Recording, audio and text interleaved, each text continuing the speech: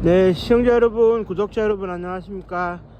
100원, 200원씩 후원해 주시는 후원자분들께도 감사의 말씀드리면서 오늘 집에 가는 길에 방송을 켰는데요.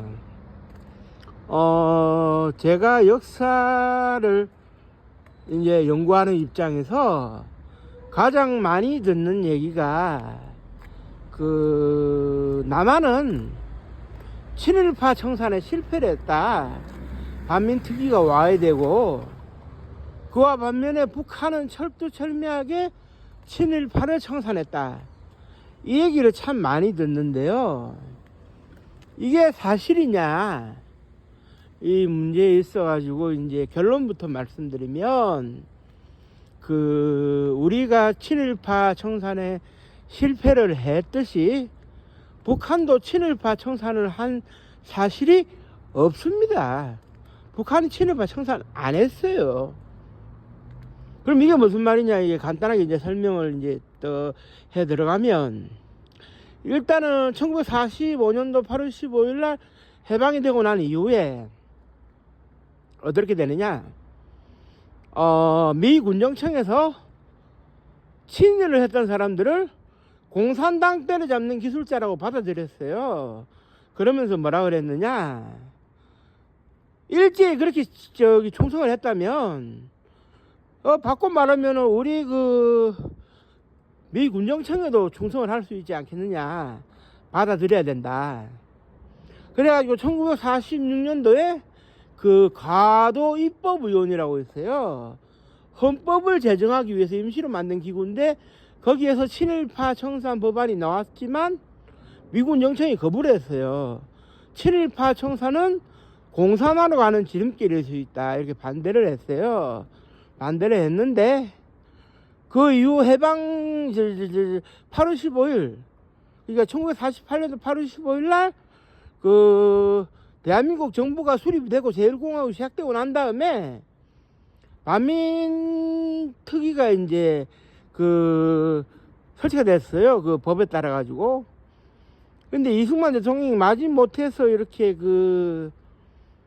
설치를 했는데, 친일파들이 결국 어떻게 되느냐? 반공으로 변신을 해가지고 이제 북한 공산당을 때려잡는데 결정적인 역할을 해야 되는데, 이 사람들이 없으면은 반공은 누가 할 것이며 공산화는 누가 저지를 할 거냐? 그래 돼가지고 이제 그때 당시에 경찰들이 반민특위를 습격해가지고 이제 와해를 시킨 그런 사실이 있죠.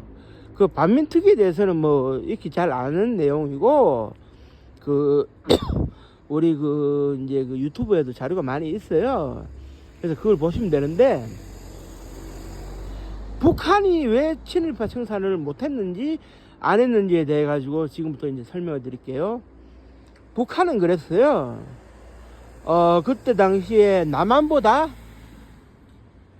더 빨리 공산국가를 수립하고 싶어 했어요.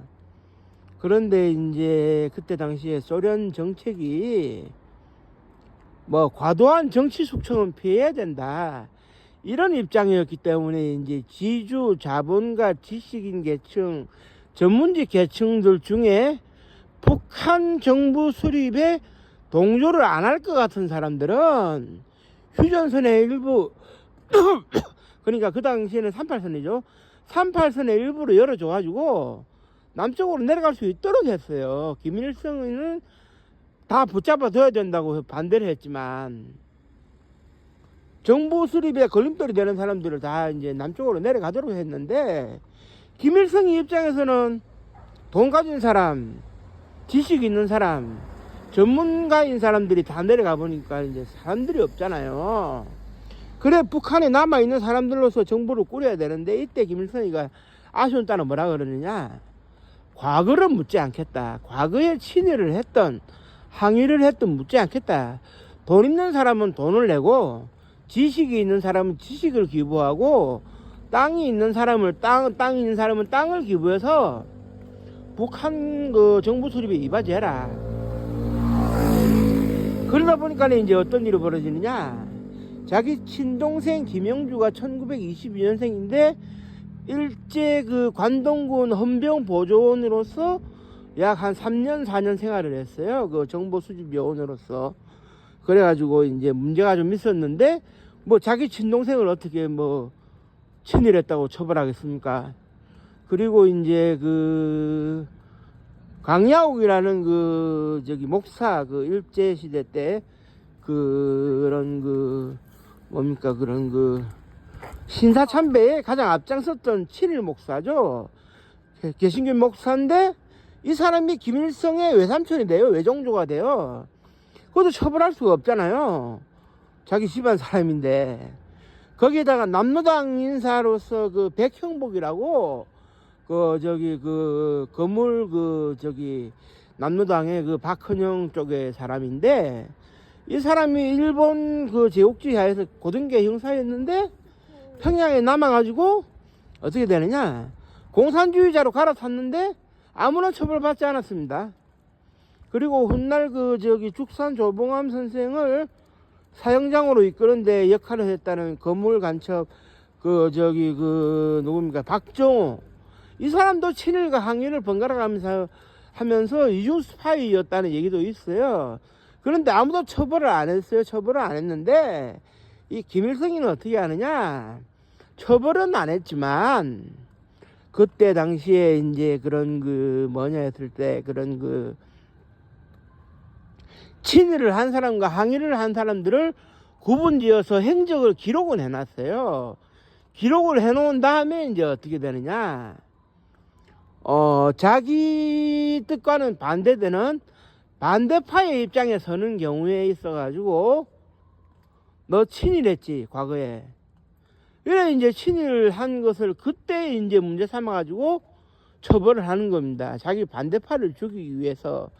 물론 항일을 한 사람들을 처벌해야 될 때는 다른 핑계를 대겠지만 과거에 친일했던 사람들을 기록에 남겨둔 상태에서 자기가 숙청해야 될 때 비로소 너 친일했잖아. 왜 반동문자가 친일 반동문자가 숨기고 살았어? 이력을 숨겼어. 이런 식으로 처벌을 하는 겁니다. 그러니까 이제 그 근원적인 의미에서 친일은 이루어지지 않았다. 즉 다시 말해가지고 친일을 하고 기록에 남아 있어도 김일성, 김정일의 숙청 대상에 들어가지 않고 충성을 맹세하고 잘 이어져 온 사람들은 처벌받을 일도 없었고 끝끝내 처벌을 면했다 이겁니다. 오히려 신밀히 애국 열사능에 묻히기도 했고요. 그러니까 김일성은 이용할 수 있으면 친일 분자라도 이용을 해야 된다. 자기가 항일운동에 대한 정체성이 좀 애매모호하니까 자기가 뭐 이렇게 그 친일에 대해서도 조금 관대할 수밖에 없는 그런 입장이에요. 자기로서는 자기가 확고부동하게 뭐 이제 성과를 올린 그런 대중의 지지를 받는 항일운동가였으면 친일을 청산하고 분쇄를 해서 깨끗한 평양을 만들려고 했을 텐데 자기가 그 소련군에 들어가가지고 소련 사람처럼 행동하면서 군사훈련을 받은 게 전부이니까 실제로 그 김일성이는 아시다시피 북한에서 자랑하는 보천보 전투, 소위 보천보 그 지서 습격 사건의 주인공도 아니거든요. 그러니까 김일성이는 내세울 수 있는 게 하나도 없는 사람입니다. 그러니까 뭐 김일성의 입장에서는 뚜렷한 항의를 했다고 말하기는 그렇고 좀 항의를 하는 듯 흉내만 냈다고 볼 수 있는 입장에서 친일파를 다그칠 입장은 못 되는 거죠. 그렇다고 임정 계열의 뭐 이렇게 사람이거나 그 조선 독립동맹 계열의 사람도 아니었고 국내파 공산주의자도 아니었던 김일성이는 공산주의의 탈을 쓴 그냥 그 미치광이에 불과했는데 이런 사람의 입장에서는 북한 정부 수립을 위해서 이용해 먹기 위해서는 친일을 했던 항의를 했던 가만히 있었던 과거를 묻지 않겠다. 조국의 이제 그 정부 수립을 위해서만 노력해라. 다 사면해 줄게. 그러니까 김일성의 입장에서는 자기한테 이득이 된다면 친일파를 숙청할 이유가 없는 거죠. 그건 뭐 이승만 대통령하고도 입장이 좀 비슷하겠습니다만은 뽑아 먹을 수 있는 거는 다 뽑아 먹어야 됩니다. 김일성 입장에서는 돈을 뽑아 먹든지 토지를 뽑아 먹든지 지식을 뽑아 먹든지 다 뽑아 먹어야 되는 거예요. 김일성 입장에서는. 그래야 이제 그 자기가 이제 그 정부 수립이 원활해지니까. 그리고 이제 그 한국 전쟁 때도 전문직을 중심으로 해서 납북을 시켰는데, 납북을 시켜가지고 데리고 간 사람들 중에도 친일을 한 전력이 있었던 사람들이 있었지만 숙청 안 했습니다. 전문직이 아쉬웠던 김일성 입장에서 북한 정권에 이바지 하는 사람들은 다 살려뒀어요. 그런데 이제 아까도 말씀드렸다시피 용도 폐기될 때는 이제 숙청을 하면서 친일했지 않느냐. 그래, 예를 들면은 그 무용가로서 그 아시아의 무용가라는 소리를 들었던 최승희의 경우에도 친일 문제로 곤혹을 치르고 있었는데 남편이 안마를 따라서 평양에 갔죠. 그리고 김일성이가 대접을 해줬죠. 하지만 60년대 후반, 여기 60년대 중반쯤 됐을까요? 60년대 초중반 됐을까요? 최승희의 역할이 더 이상 필요 없어지고 최승희를 버릴 수 있는 단계에 이르게 되자 정치범 수용소에 보냈다 뭐 이런 얘기가 있는데, 하여튼 그 제가 그 확인한 바에 따르면 최승희의 마지막은 정치범 수용소에서 그 뭐 이제 돌을 나르고 짐을 나르는 그 장면이 목격이 됐는데 최후까지 정확하게 드러나지는 않았다, 이렇게 이제 그 탈북자들의 증언이 있어요. 그러니까 뭐 최승희의 경우에 뭐 김일성이가 뭐 어떻게 숙청을 함에 있어가지고 이제 그 꼬투리 잡을 거라고는 뭐 친일하지 않았느냐, 친일 일제를 위해서 위문 공연 그런 그 무용을 하지 않았느냐, 이거 말고는 꼬투리 잡을 게 없는 거죠. 그때는 뭐 김정일이가 뭐 권력을 뭐 눈앞에 두고 있던 상황도 아니었고. 그러니까 이제 결국에는 그런 겁니다. 이용해 먹을 수 있을 만큼 이용해 먹고 필요 없을 때는 가차없이 버리는데, 가차없이 버릴 때 명분이 필요하니까 친일했지. 왜? 숨겼느냐. 에라이 친일 반동 문제야. 뭐 이런 식으로 이제 얘기가 이제 되어지는 거예요. 그래 이제 그게 이제 북한의 이제 그 김일성의 그 전형적인 그런 그 수법인데, 그런 식으로 할 것 같으면은 살아남을 수 있는 사람은 거의 없겠죠. 거의 없는데, 뭐 어쨌든지 간에 뭐 이제 그 김일성이로서는 자기가 그 하고 싶은 대로 뭐 늘 하는 사람이고, 북한을 자기가 소위 그 왕국처럼, 그렇게 하나의 그런 그 왕국의 개념처럼 그렇게 이제 이끌어온 사람이기 때문에 뭐 어쩔 수가 있겠습니까? 뭐 그러려니 하는 거죠.